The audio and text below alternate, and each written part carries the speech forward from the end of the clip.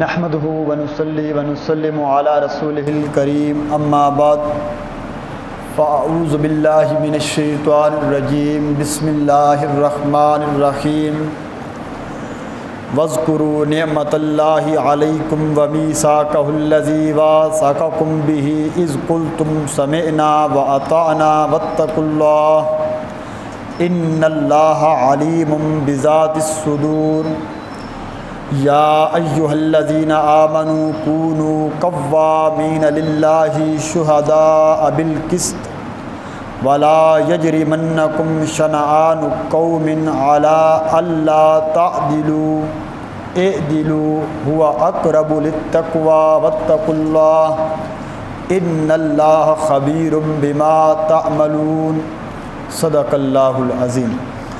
اللہم صلی علی سیدنا و مولانا محمد وعلی آل سیدنا و مولانا محمد وبارک وسلم ثم صلی علیہ۔ پچھلی آیات کے اندر تقریباً 6 آیتوں میں عقائد اور وہ احکام شرعیہ جن کا تعلق حلال حرام کھانے پینے کے ساتھ تھا، جس میں ہم نے بڑی تفصیل کے ساتھ ساری چیزیں پڑھی۔ اگلے رکوع کے اندر ابتدا میں غسل، وضو اور اس کے بعد ان کا خلیفہ جو تیمم ہے، تیمم کا طریقہ اور اس کا حکم وہ بیان ہوا۔ اللہ رب العزت نے آخر میں فرمایا تھا اس آیت کے ماقبل جو آیت کے آخر میں کہ اللہ نے یہ تیمم کا حکم اس لیے دیا کہ اللہ ایمان والوں پر کسی قسم کی کوئی تنگی یا حرج لاگو اور لازم نہ آئے، اللہ آسانی فرمانا چاہتے ہیں۔ پورے اسلام اور دین اسلام کی مکمل مجموعے کے اندر کوئی بھی حکم ایسا نہیں کہ جو کوئی عام بندہ اس کے اوپر عمل نہ کر سکے، اور اللہ نے اس کے اوپر انسان پر کیا کر دیا؟ حکم لاگو کر دیا۔ ہمیشہ اپنے ذہن میں ایک بات بٹھا لیں کہ اگر آپ پر کوئی حکم، کوئی فرض، کوئی عبادت لاگو ہو رہی ہے، لازم ہو رہی ہے، تو آپ کو اللہ نے اس قابل سمجھا ہے کہ اللہ نے آپ کو اس عبادت کی توفیق عطا فرمائی ہے، وگرنہ بازار اور شہر بھرا پڑا ہے، کوئی بھی عبادت نہیں کر رہا۔ اللہ نے آپ کو توفیق دیا تو سمجھیے کہ اللہ کا فضل اور اللہ کا احسان ہوا۔ آج کے ہمارے سبق کا بھی انشاءاللہ یہی عنوان ہے کہ اللہ کا ہم پر کتنا فضل ہے، اور یہ آیت کا ترجمہ میں پڑھتے ہیں اور اس کے بعد ذکر کرتے ہیں کہ اتنا بڑا انعام ہے کہ انسان ساری زندگی بھی خدا کا شکر ادا کرتا رہے تو اللہ کے ان انعامات کا، اس کے احسانوں کا بدلہ اور اس کا جو ہے نا مکمل شکر کبھی بھی ادا نہیں کر سکے گا۔ سب سے پہلے ترجمہ دیکھیے جی، فرمایا وَاذْكُرُوا نِعْمَةَ اللَّهِ عَلَيْكُمْ۔ اول مخاطب ہیں امام الانبیاء محمد مصطفیٰ صلی اللہ علیہ وسلم۔ وَاذْكُرُوا، یاد کرو تم لوگ، نعمت اللہ، اللہ کی نعمتوں کو، اللہ کے انعام کو، علیکم، جو اس نے تمہارے اوپر کیا۔ ایمان والوں، امام الانبیاء اور اس کے ساتھ ایمان قبول کرنے والی جماعت، یاد کرو تم نعمت اللہ، اللہ کے انعام کو، علیکم، جو اس نے تمہاری ذات پر کیا۔ وَمِیثَاقَهُ الَّذِی وَاثَقَکُم بِہ، اور یاد کرو تم اس وعدے کو، اور یاد کرو تم اس میثاق کو، الَّذِی وَاثَقَکُم بِہ، جو وعدہ تم نے اللہ کے ساتھ کیا تھا۔ اللہ کے ساتھ تمہارا ایک وعدہ ہے، اس وعدے کو بھی یاد کرو۔ کون سا وعدہ؟ کیا کہا تھا؟ اذ قلتم، جب تم نے وہ وعدہ لیتے وقت کہا تھا اپنی زبانوں کے ساتھ، سمعنا و اطعنا، ہم نے آپ کے احکامات کو سن لیا، و اطعنا، اور ہم نے اس کی اطاعت کر لی، کہ زندگی میں جب کبھی بھی اللہ کا حکم آئے گا اس کو سنیں گے بھی صحیح، و اطعنا، اور اس کی فرما برداری بھی کریں گے۔ واتقوا اللہ، اللہ سے ڈرتے رہو، اللہ کا خوف غالب رکھو۔ ان اللہ، اس لیے علت کیا ہے، وجہ کیا ہے؟ ان اللہ، بے شک اللہ کی ذات جو ہے، علیم بذات الصدور، جاننے والی ہے، لفظی معنی کرنے لگا ہوں، جاننے والی ہے، علم رکھنے والی ہے، بذات الصدور، دلوں کی بھیدوں کا، دلوں کی باتوں کا۔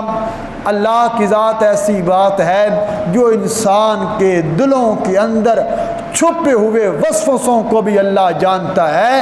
اس اللہ سے ڈرتے رہو، کیونکہ اگر تم نے اس اللہ کی نافرمانی کرنے کا خیال بھی کیا تو اللہ کے علم کے اندر آ جائے گا۔ بہت بڑی بات کر دی اللہ نے، اگر انسان اس بات کو سمجھے۔ اب آئیے جی پہلے لفظ کے اوپر، وَاذْكُرُوا نعمت اللہ، یاد کرو اللہ کی نعمت کو، اللہ کے انعام کو۔ علامہ روح المعانی نے جو ہے نا صاحب اس جگہ لکھا کہ یہاں پر نعمت سے مراد ایک خاص نعمت ہے، اور وہ ہے نعمت اسلام۔ اللہ کا اتنا بڑا فضل ہے کہ اللہ نے ہمیں مسلمان پیدا کیا اور امام الانبیاء سرور کونین خاتم النبیین محمد مصطفیٰ صلی اللہ علیہ وسلم کا امتی بنایا، پھر مسلمان بنایا۔ اور اس سے بڑھ کر اللہ نے یہ انعام کیا کہ اللہ نے ہم سب کو الحمدللہ توحید کی سمجھ عطا کر دی، سنت سے محبت عطا کر دی۔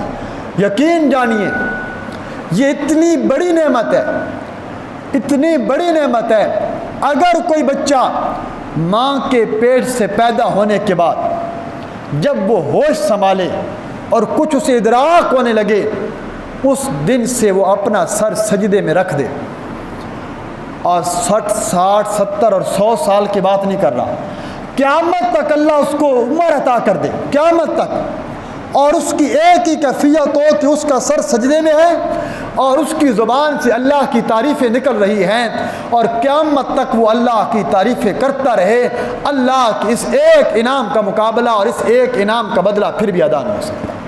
یہ اتنی بڑی نعمت ہے، اور آپ کو اس کی قدر ہوگی جب کل قیامت کے دن میرے نبی نے فرمایا تھا، قیامت کے دن انبیاء آئیں گے اپنی اپنی امتوں کے ساتھ، کسی نبی کے ساتھ 80 لوگ ہوں گے، کسی نبی کے ساتھ 40 لوگ ہوں گے، کسی نبی کے ساتھ 5 لوگ ہوں گے، کوئی پیغمبر ایسا بھی آئے گا ساری زندگی کی نبوت کی دعوت کے بعد اس کے ساتھ ایک امتی بھی نہیں ہوگا۔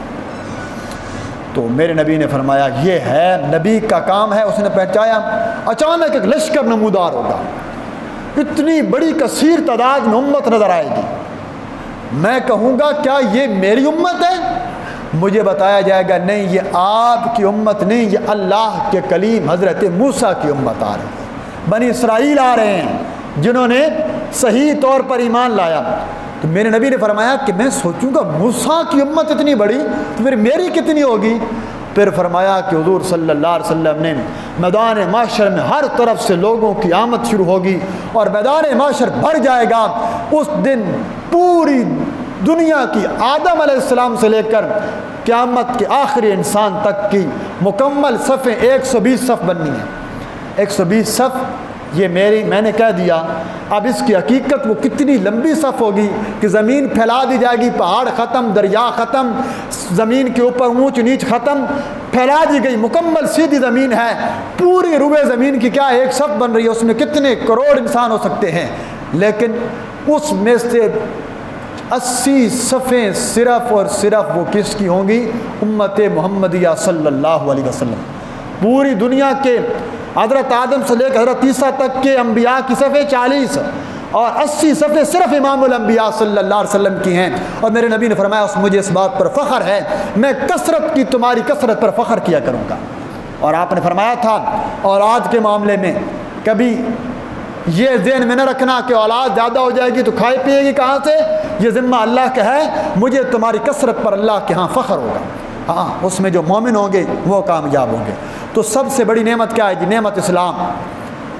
اس دن اللہ رب العزت جو مومنوں کو، خاص طور پر مسلمانوں کو انعام عطا کریں گے، تو پھر اس انعام کا کیا جی ثمرہ اللہ عطا کریں گے، اس کا ثمرہ سوائے جنت کے اور کچھ نہیں ہو سکتا۔ یہ تو ہے نعمت اسلام مل گئی۔ الیوم اکملت لکم دینکم واتممت علیکم نعمتی ورضیت لکم الاسلام دینا۔ قیامت تک کے لیے اب ایک ہی مذہب سچا ہے، اور وہ ہے مذہب اسلام۔ جو مذہب اسلام سے دوری اختیار کرے گا، اسلام کے علاوہ کوئی اور مذہب تلاش کرے گا، فرمایا وہ بندہ گمراہ ہو جائے گا۔ دوسری بات پہ آئیے جی، وَمِيثَاقَهُ الَّذِي وَاثَقَكُم بِهِ، اللہ کہتے ہیں وہ وعدہ بھی یاد کرو جب تم نے یہ وعدہ کیا تھا، اذ قلتم، جب تم نے کہا سمعنا وَأَطَعْنَا، رب کریم سنیں گے بھی صحیح اور مانیں گے بھی صحیح۔ یہ وعدہ کہاں پر ہوا جی؟ جمہور کا ایک عام پہلے قول بتا دوں جو آپ سب کو علم میں ہے، وہ کیا ہے؟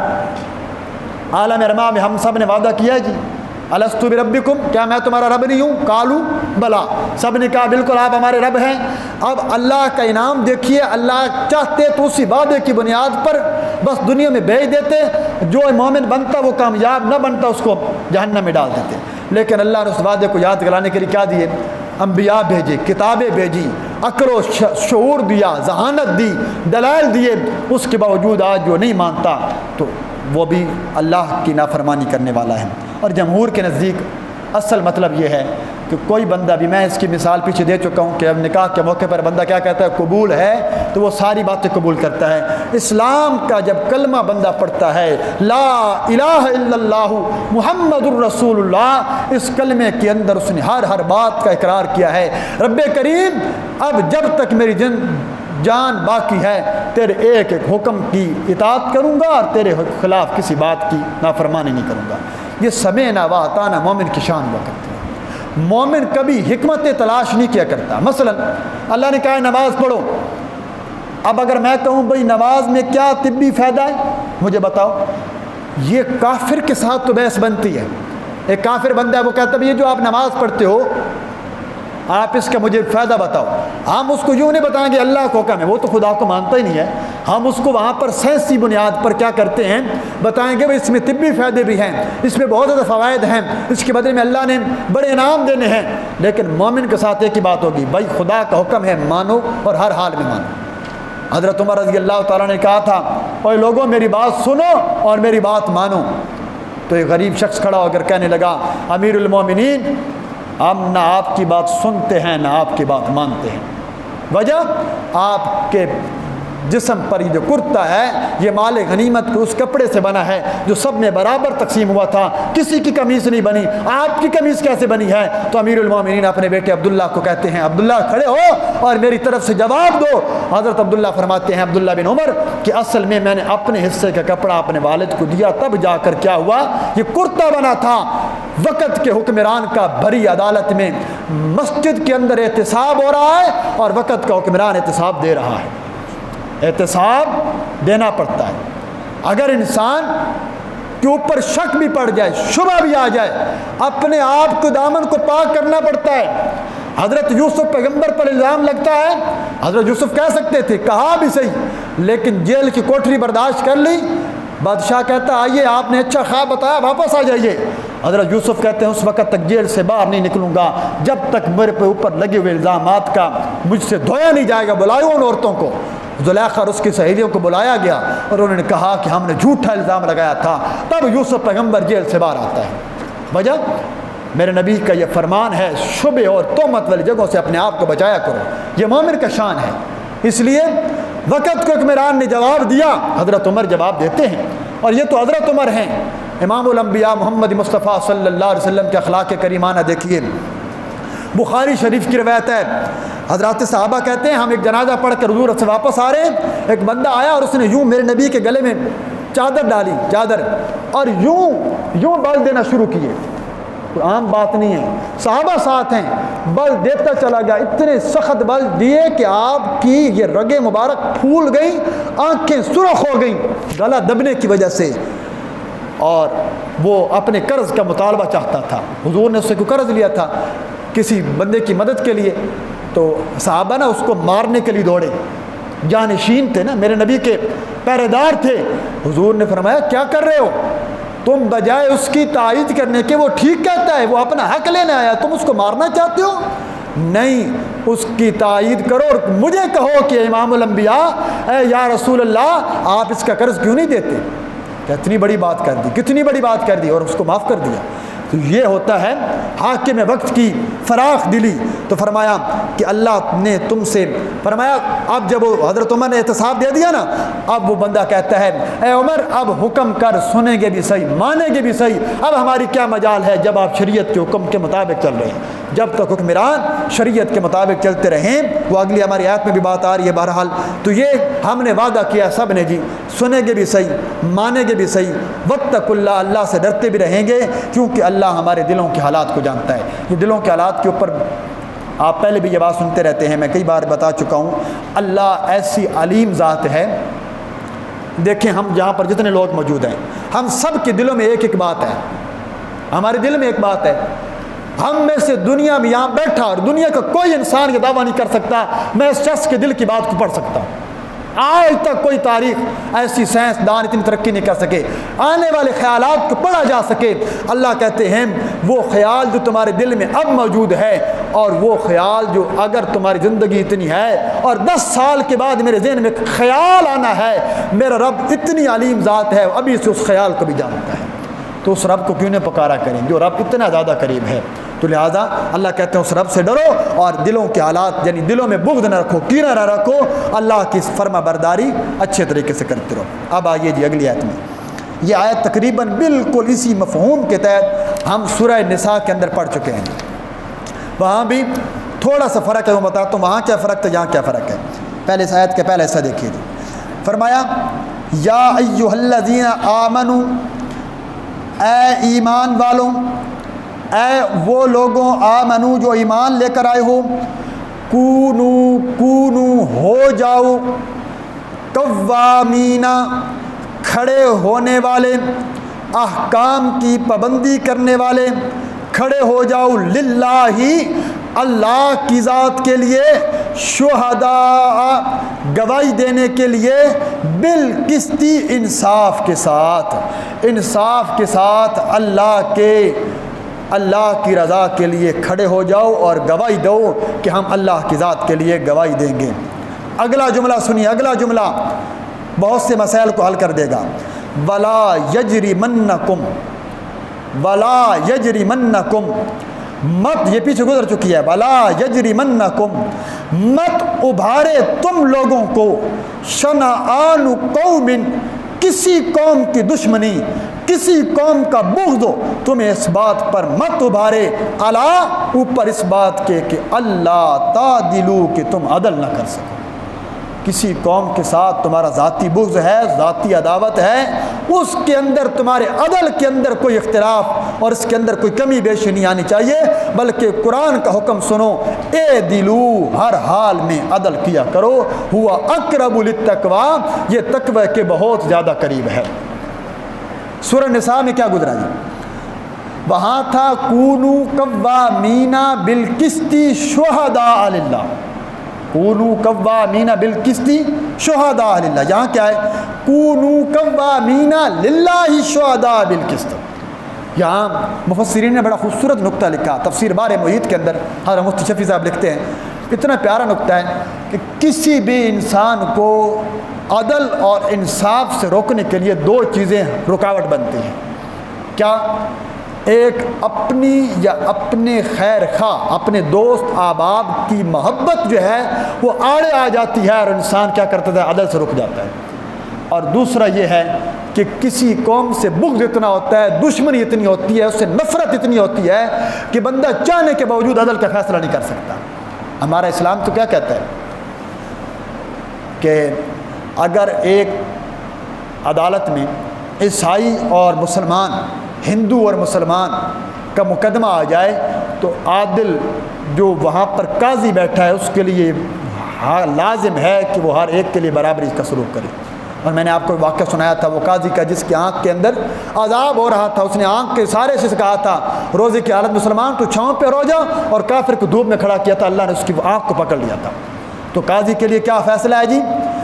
کسی کے لیے فرمایا اس کی یا دشمنی یا اس کی ذاتی محبت اس کے عدل کے اندر آڑ نہیں آنی چاہیے۔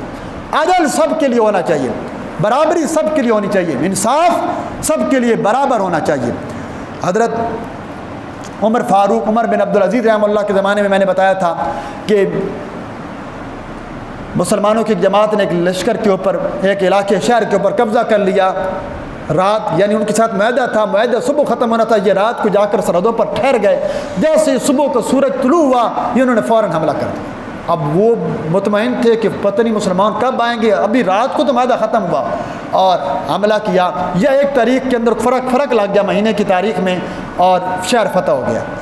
اب وہاں کے پادریوں نے یہ بات اکٹھے ہوئے کیا کرنا چاہیے، تو انہوں نے کہا کہ جاتے ہیں مسلمانوں کے امیر کے پاس، عمر بن عبدالعزیز کے پاس آئے اور پوچھا کہ ان کا محل کیا ہے۔ انہوں نے کہا وہ سادہ سا مزدور کے کپڑے میں جو بندہ بیٹھے یہی عمر بن عبدالعزیز ہے۔ اس کے پاس آئے، یہ معاملہ ہے، آپ کے فوجیوں نے ہمارے ساتھ یہ زیادتی کی ہے۔ حضرت عمر بن عبدالعزیز نے ایک پرچی لی، اس کے اوپر یوں لکھا، ان کی بات کو سنا جائے، اپنے اندر سے ایک حاکم مقرر کرو اور ان کا فیصلہ کرو۔ نیچے اپنی مہر لگائی، فرمایا جا کر جو کمانڈر ان چیف ہے نا شہر کا اس کے حوالے کر دو۔ وہ عیسائی کہنے لگے اس چھوٹے سے پرچی کے ٹکڑے کا ہم کیا کریں گے، ہمارے ساتھ کوئی فوج بھیجتے، کوئی مسئلہ بھیجتے ہیں۔ بہرحال آ کر اس وقت اس کمانڈر کو وہ پرچی دی کہ آپ کے امیر کی طرف سے آئی ہے۔ انہوں نے حضرت امیر کی مہر دیکھی، وہیں اپنی فوج میں سے ایک بندے کو قاضی منتخب کیا اور قاضی کو کہا آئیے جائیے عدالتی کرسی پر۔ وہ عدالت پر کرسی پر بیٹھا اور کہا کمانڈر ان چیف سامنے آ جائیے۔ جہاں ایک لائن میں پادری کو کھڑا کیا، ایک لائن میں اپنے کمانڈر کو کھڑا کیا۔ ایک سپاہی ہے، کمانڈر سے نچلے درجے کا ہے، وہ پوچھتا ہے آپ کا مطالبہ کیا ہے؟ وہ کہتے ہیں ہمارا مطالبہ یہ ہمارے ساتھ دھوکہ ہوا ہے، ہمیں اطلاع نہیں دی گئی، اور مسلمانوں کا اصول ہے کہ پہلے اطلاع دیتے ہیں، اسلام پیش کرتے ہیں، پھر حملہ کرتے ہیں۔ ہمیں نہ اطلاع دی گئی نہ اسلام پیش کیا، اچانک حملہ کیا، ہمارا شہر فتح ہو گیا۔ آپ پوچھتے ہیں کمانڈر ان چیف سے ایسی بات ہے؟ وہ کہتے ہیں بات ایسی ہے، لیکن ہم نے صرف تدبیر اختیار کی۔ تو وہ اسی کمانڈر کے نیچے موجود سپاہی وہ کہتا ہے اسلام ہمیں عدل کا حکم دیتا ہے، ہم نے جو کام بھی کیا چونکہ یہ اس بات پر دلالت ہو چکی ہے کہ یہ خلاف شرع کام ہوا ہے، ابھی کہ ابھی میں تمہیں حکم دیتا ہوں اپنی پوری کی پوری فوج لے کر شہر حوالے خالی کر دو، جتنا مال غنیمت حاصل کر چکے سارا واپس کر دو۔ کوئی تیسری بات نہیں کی، کمانڈر نے اپنی فوج کو باہر نکلنے کا حکم دیا، سارا مال غنیمت واپس کیا۔ عیسائی حیران ہے یہ کیا ہو رہا ہے۔ بالآخر جب شہر کی حدود سے نکلنے لگے تو وہ پیچھے سے پورے شہر کے لوگ اکٹھے ہوئے اس پادری کی قیادت میں اور ہاتھ جوڑ کر کہنے لگے آج تک ہم نے ایسے عادل حکمران نہیں دیکھے، ہم اب اپنے دلوں کے ساتھ تمہیں اس بات کی اجازت دیتے ہیں کہ تم ہی اس لائق ہو کہ ہمارے اوپر حکمرانی کرو، اور ساتھ اسلام قبول کرنے کی پیشکش بھی کر دی۔ تو یہ اسلام کی حکمرانی کے اندر تو اللہ بات لمبی ہو جائے گی، میں یہاں پر ایک بات کرنا چاہتا تھا کہ فرق یہ ہے کہ یا تو کسی کی اپنی ذاتی محبت یا کسی کی دشمنی تمہیں عدل کے اندر رکاوٹ نہ ڈالے۔ سب سے پہلے تو کہا کہ گواہ دینے والے بنو، گواہی دیا کریں، لیکن یہاں ہمارے یہاں ایک بڑی پرابلم ہے، ہمارا عدالتی نظام، ہمارا پولیس کا نظام اتنا گندا نظام ہے کہ اگر کوئی بندہ عینی شاہد جسے ہم کہتے ہیں، وہاں پر موقع پہ واردات ہوئی، کوئی بندہ آپ کو موقع پہ گواہ دینے نہیں ملے گا، سب دیکھیں گے، پولیس آئے گی بیان لینے کے لیے، کوئی بندہ بیان نہیں دے گا۔ وجہ اتنا ذلیل کریں گے اس بیان دینے والے کو، ہر پیشی پہ بلائیں گے، ہر اب ایسا ہی بلا رہا ہے جی تفتیش کے لیے، وہ کسی کام میں بیٹھا ہے، اس کو کوئی خرچہ دیا جا رہا ہے، وہ اپنے خرچے پہ آئے گا گواہی دینے کے لیے، اب جی وہ فلاں فریق نہیں آیا، آپ چلے جائیں فلاں طریق کو آئیں، اس کی ساری زندگی گواہی دینے میں لگ جائے گی۔ اتنا گندا نظام ہے یہ انگریز کا چھوڑا ہوا نظام۔ اسلامی نظام میں ایک ہفتے کے اندر فیصلہ ہو جاتا ہے، آؤ گواہی دو، بس ریکارڈ محفوظ، اس کی بنیاد پر فیصلہ کر دو۔ تو اول تو یہ کہ اچھی باتوں کی گواہی ضرور دیا کریں اگر آپ سمجھتے ہیں کہ آپ کی گواہی سے کچھ فیصلے کے اندر فرق آتا ہے۔ نمبر دو، گواہی صرف یہ نہیں کہ آپ عدالت میں جا کر گواہی دیں، اور ہمارا ظلم تو یہ ہے، اتنی باتیں ہیں مطلب کیا کہیں، اب بھی اپنی عدالت میں چلے جائیے، یہ کچہریوں میں چلے جائیے، میں باہر کی بات نہیں کر رہا، آپ کو ہڈالی کی بات کر رہا ہوں۔ آپ کو ہڈالی کے باشندے ملیں گے، وہ کہیں گے کسی مقدمے کو گواہی دینی ہو تو ہمیں بتلائیے۔ بھائی کیا مطلب؟ ہم گواہی دیں گے، آپ تو موقع پر موجود ہی نہیں تھے، بس کچھ لے دے کر لینا، ہم تمہاری جگہ گواہی دے دیں۔ یہ کیا ہے؟ ساری کی ساری کمائی حرام کی، جھوٹی گواہی، اور یہ وہ گواہی کا معاملہ ہے میرے نبی نے بیت اللہ کی ٹیک چھوڑ کر کہا تھا اوے لوگوں جھوٹی گواہی سے بچنا، جھوٹی گواہی سے بچنا، جھوٹی گواہی سے بچنا شرک کے بعد سب سے بڑا گناہ ہے۔ لیکن آج دی جا رہی ہے، مسلمان دے رہا ہے، صرف یہ اس معاملے میں نہیں، اگلے آئیے 2-3 مثالیں دے دوں۔ کسی نے ناجائز سفارش کر دی کسی کے حق میں جان بوجھ کر، یہ بھی جھوٹی گواہی۔ کسی کا جھوٹا سرٹیفکیٹ دے دینا جھوٹی گواہی ہے، کسی کو جھوٹی سند جاری کر دینا جھوٹی گواہی ہے، کسی کو ایسی بات کا عال قرار دے دینا یہ جھوٹی گواہی ہے۔ اب آئیے آخری بات پر، ووٹ کی شرعی حیثیت میں آپ کو پہلے ہی بتا چکا ہوں۔ اس جمہوری نظام میں ووٹ دینا جائز ہے، لیکن 3 شرطوں کے ساتھ۔ ووٹ کی 3 شرعی حیثیتیں ہیں۔ یہ ایک حیثیت سے گواہی بھی ہے، ایک حیثیت سے سفارش بھی ہے، ایک حیثیت سے وکالت بھی ہے۔ گواہی کس بات کی آپ دے رہے ہیں؟ آپ اس بات کی گواہی دے رہے ہیں کہ میں اللہ کو حاضر ناظر جان کر کہتا ہوں کہ میں جس بندے کو ووٹ دے رہا ہوں یہ ملک اور دین کے حق میں بہتر فرد ہے، اور یہ ہماری جگہ پر جا کر دین کی اور ملک کی اور ہمارے علاقے کی اچھی نمائندگی کرے گا، کبھی کسی خلاف شرع معاملے میں پیش نہیں ہوگا۔ نمبر 2، دوسرے نمبر پر آپ سفارش کر رہے ہیں کہ ہم سب کا ووٹ ہے، یہ ہم اس بات کی سفارش کرتے ہیں کہ آپ اس بندے کو منتخب کریں ہمارے اوپر، اور یہ ہم مثلا یہاں پر 3 لاکھ کے مجمع کا یہ ہمارا نمائندہ ہے، یہ اسمبلی میں ہماری نمائندگی کرے گا۔ اور تیسرے نمبر پر ہم اس بندے کو وکیل بناتے ہیں کہ یہ ہمارا وکیل ہے اس پورے ضلع کا، اور یہ جا کر اسمبلی میں ہماری نمائندگی کرے گا، وکالت کرے گا۔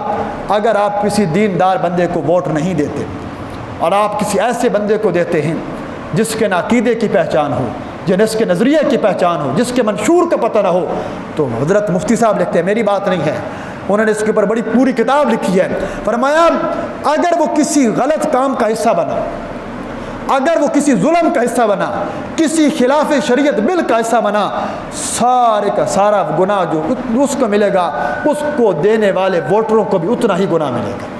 اور اگر اس نے اچھا کام کیا، آپ نے کسی اچھے بندے کا انتخاب کیا اور اس نے کوئی اچھا بل پاس کیا، کوشش اچھی کی، جتنا ثواب اس کو ملے گا اللہ آپ کو بھی اتنا ثواب عطا کرے گا۔ اس لیے ہم رہتے ہیں کہ جمہوری ملک میں جمہوری نظام کے تحت چلیں، لیکن اس کا انتخاب اچھا کریں، اچھے لوگوں کا انتخاب کریں۔ یہ 3 صورتیں ہیں کہ انسان اس کو فرمایا اس کو ایسا لے کر چلے تو ہمیشہ محبت ہوتی ہے ہر ایک کو اپنے لیڈر سے اچھی ساتھ، لیکن بڑا دل دکھتا ہے۔ دیکھیں مجھے دشمنی ہے کسی بندے سے، اگر میں اٹھوں اور یہ سامنے محلے میں کھڑی دکان کو آگ لگا دوں، اپنے بازار کی ساری مارکیٹ کو جلا دوں، تو یہ اس کے ساتھ میری محبت کا دعویٰ نہیں۔ دیکھیں آپ کی جس پارٹی کے ساتھ جس بندے کے ساتھ محبت ہے آپ کو مکمل آزادی ہے، ہم کسی بات پر احتجاج نہیں کرتے، لیکن اپنے ملک کا نقصان کرنا، اپنے ملک کے املاک کو نقصان پہنچانا، گاڑیوں کو آگ لگانا، یہ بالکل اسلام اس کے اندر کبھی اجازت نہیں دے گا آپ کو۔